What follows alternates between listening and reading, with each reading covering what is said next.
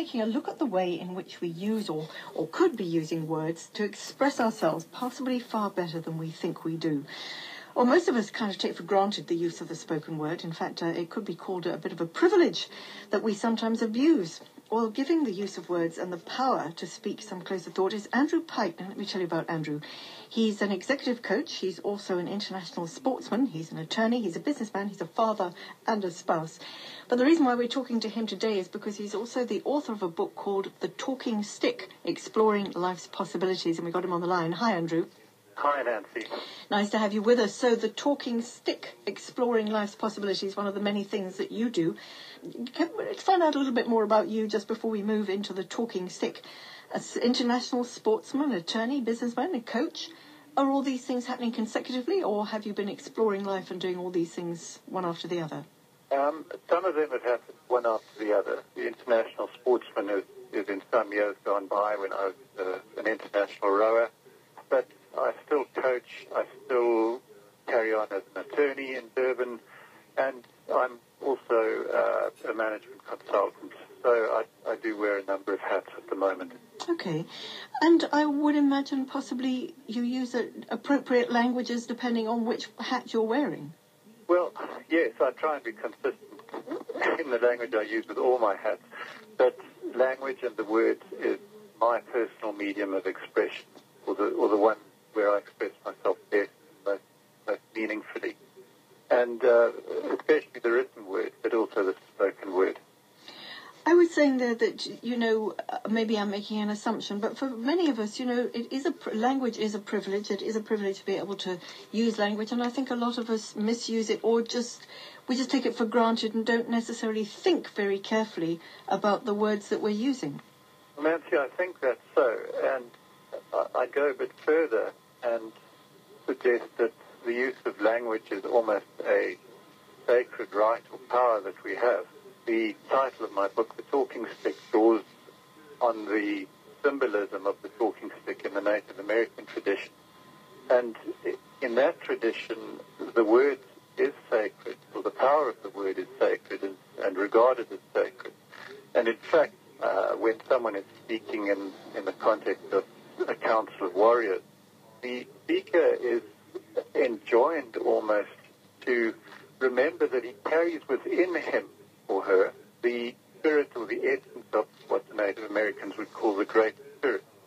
And in that sense, the speaker, when speaking, is also sacred and is enjoined to hold him or herself as sacred. So, yes, there is a huge power in the use of words, and unquestionably we can do a lot of harm or a lot of good with the words we use and the way in which we use them.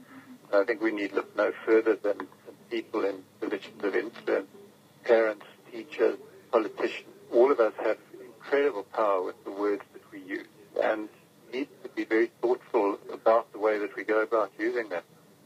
Yes, it's a difficult thing, isn't it? Because very often we just speak off the top of our head, as it were, without considering it. But can I just go back to the North American Indian, the talking stick? So just explain the talking stick. Do you actually physically hold a stick giving you the power to talk? Yes. The way it works, and it's typical of the North American Indian tradition, but there are parallels in some African cultures. But essentially, when American Indians are in a council of warriors, which might be called as a meeting to discuss current issues, resolve disputes, storytelling, sharing of wisdom and ideas, what they use is a symbolic tool called a talking stick. A talking stick is a physical stick. It's made of different materials, it can be pine, birch, elm, and depending on the materials of which it's made, each of those has a symbolism for what is trying to be achieved. So there are feathers. An eagle feather symbolizes high ideals or the freedom which comes from speaking the truth. It symbolizes courage and wisdom. Turkey feathers symbolize peace and compromise. The different woods that they use have different symbolism. The different colors of beading and whatever other materials they use also have different symbolism, which may be knowledge or wisdom or clarity and focus. So the tool itself is a stick, it's a physical stick, and person holding the stick is the person who has the floor, so to speak. And when they're holding the stick, everyone else in the gathering is enjoined to listen to them and respect the words which they're hearing, whether they agree or disagree with those words. The idea is that they will respect them and honor them from whence they come.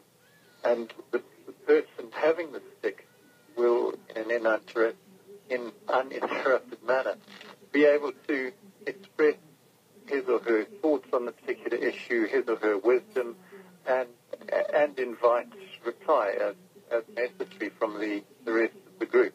So it's a wonderful tradition because it does give power to the word, and it teaches respect to, of each of us to the word.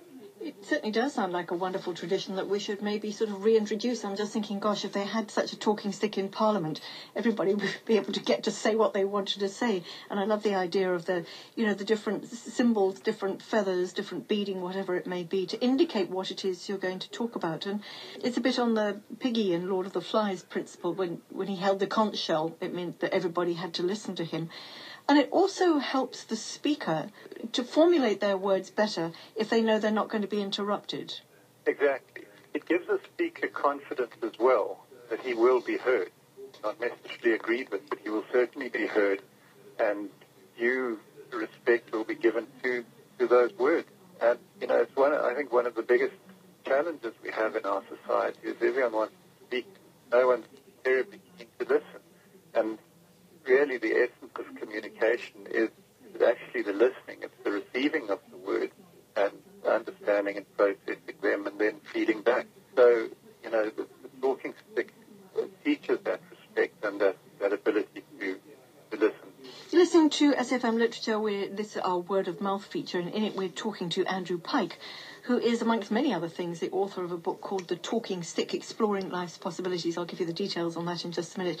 So interesting to hear what you have to say, Andrew. So have you had any personal experience? I'm not sure if you've been to North America and used the talking stick, but is it something, what we're talking about here, something that you have personally experienced? Nancy, I have. I haven't used it in a North American context, but for the past 30-something years, I suppose you would call me a seeker. I've been looking for answers to a number of questions in life. I've studied under some amazing teachers and have been very privileged to learn from my grandmother for a start, and then from some of the amazing spiritual teachers around the world, from others, my family, my children, and from life itself. But particularly some years ago, I was doing a week's residential retreat at Stani Pass in the Drakensberg called Sixth Sense, where we were learning to draw on our sixth sense in decision making. And I'd come to that week's retreat in some state of doubt and confusion about career paths. As we said earlier, I wear a number of hats, and at that stage I had far too many, and I was feeling quite doubtful about the direction I would take. And so during the week, that was part of the learning experience I had and the clarity that I got. And towards the end of the week, the course trainer introduced the talking stick to the group, and literally she was handing the stick to people within the group and saying, "Tell us about this, or tell us about that." And it was, receiving the talking stick was one of those moments in time where you can either say yes or no. You take a deep breath and say, "All right, here goes," or else sort of run away from it. And she said to me, "Andrew, speak to me about doubt and confusion. What do you know about it?" And I got up and I took the stick, and just holding the stick itself was a very empowering experience.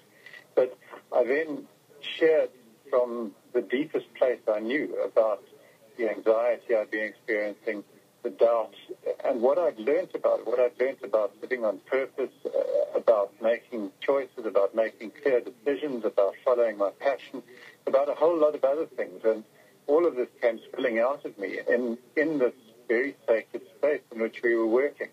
And it was incredibly empowering. I surprised myself in seeing how much I actually knew. And I think that I made an impact and a big difference on, the other people in the group with me.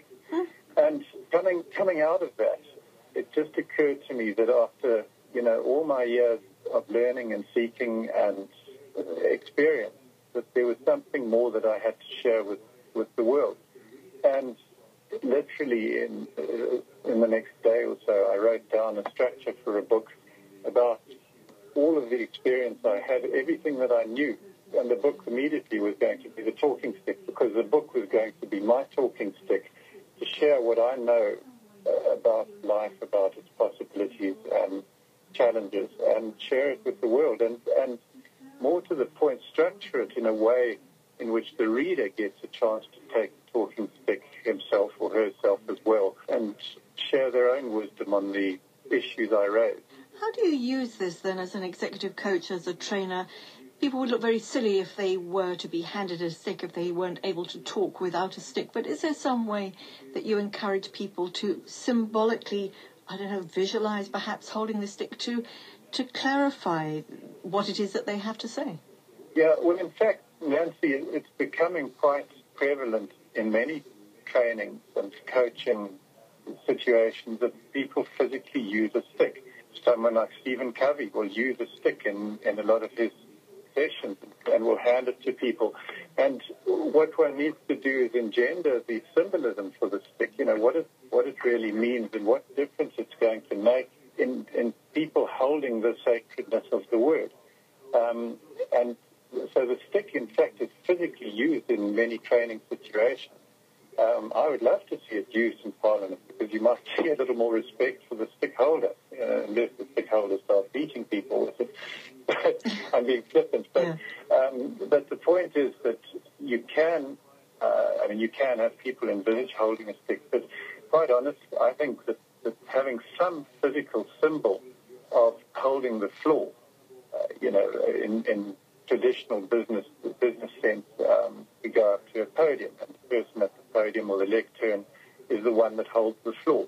There's no reason why the stick shouldn't be there. And the stick, in many ways, is a more enrolling instrument, because you can't hide behind the stick. You can hide behind a podium, or a lectern, rather. But the stick requires you to open all of you up, open your heart, to be vulnerable, and all it's there for is to symbolize that you're the one that is sharing the word. So I love the stick because I think it opens people up to speaking their truth, speaking from the heart, and really to offering all that it is that they can offer in their most noble space to the listener. One of the it's a wonderful thing to have other people respect your word, but I suppose each and every one of us has to respect our own words. And you talk about the sacredness of the word. Gosh, that's a quite some sort of symbolic way of looking at it. But we do use words. Sometimes we use way too many words, too few words. So it has to be said that silence is also a way of communicating, I suppose. But do you try to encourage people to use their words more carefully? It was interesting that you was talking about when you were holding that stick at that conference that you went to, or the workshop, how you found something deep within you and it almost came out from a sort of a visceral place. How do you encourage people to use their words correctly or better? Nancy, the way I do it is that there are two things. One is that we have a personal integrity within us. And what I mean by that is we have an integrity to the world, or that's called of us to give to the world, which is, don't lie, don't steal, don't do all of those things. But there's also an integrity that we owe to ourselves, which is to speak the truth, and not only that, but, do what we say what we mean, and do what we say. And so there's a congruence which I encourage people to strive to, and part of that congruence is to not use the words in a harmful way. So one can tell the truth to people in a way in which they get to see themselves and how they're being. But you can do that without the judgment, without the add-ons, without nastiness, in a way which makes it easy for people to hear what it is that you're saying.